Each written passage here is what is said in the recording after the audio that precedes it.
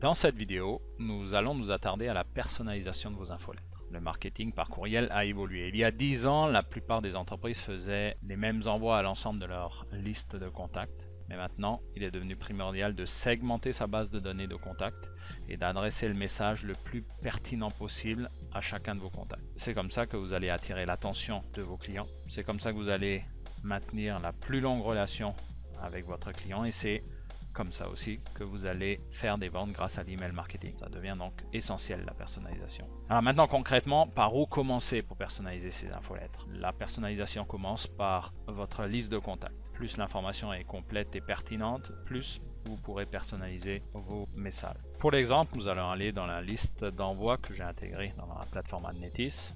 Pour chaque contact, une map de champs sont disponibles pour vous permettre d'enregistrer de l'information qui vous aidera à personnaliser vos messages. À la base, nous avons le champ affichage qui peut être utilisé pour saluer le client après un bonjour au début de l'infolette par exemple. Dans ce champ, on met le prénom ou la salutation et le nom, comme Monsieur Tremblay par exemple. C'est selon en fait votre relation avec cette personne. Petite remarque, évitez si possible de mettre le prénom plus le nom. Bonjour Jean Tremblay, ça fait très mass mailing à éviter.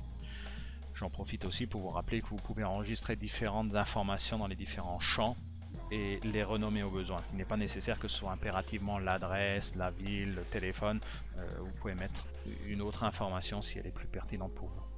Alors quand on revient maintenant à notre exemple, nous avons le courriel de chaque contact, le champ affichage, qui est donc le prénom ou monsieur, madame et le nom, selon la relation que vous avez avec votre client, et les coordonnées du représentant attitrées à chaque contact. Dans ce cas, il est différent pour chaque contact.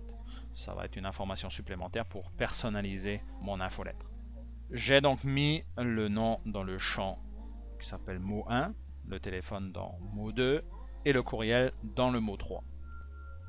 Je vais maintenant aller dans l'infolette que nous voulons envoyer en ajoutant la personnalisation. Je l'édite.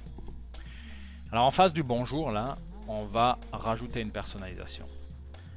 Je vais donc utiliser cette icône qui permet d'intégrer des balises spéciales. Voilà, je vais donc choisir maintenant le champ, c'est le champ affichage, que je vais mettre dans l'infolettre. Et je valide. Je vais faire la même chose avec les 3 champs qui correspondent aux coordonnées de mon représentant du service client attitré à chacun de mes contacts. Voilà, je choisis les mots 1, puis le mot 2,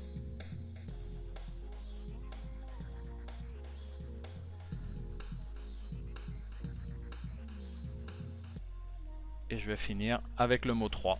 Je vais faire un petit peu de présentation. Voilà, on va faire la même chose sur... On va mettre un peu de couleur, tiens, on va changer un petit peu, un petit gris. On va faire la même chose sur les 2 autres champs. Et voilà, tout est prêt.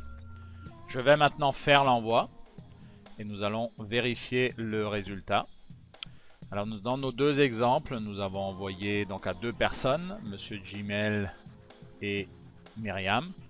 Nous voyons que dans chacune des 2 infolettres, il y a bien le nom de la personne à qui on s'adresse, ainsi que le contact au niveau du représentant du service. Alors vous voyez, c'est facile d'utilisation. Je vous invite donc à utiliser la personnalisation à l'avenir pour obtenir encore de meilleurs résultats avec votre marketing par courriel. Nous restons toujours à votre disposition pour répondre à vos questions et comme d'habitude, je vous invite à visiter notre site web www.adnetis.com.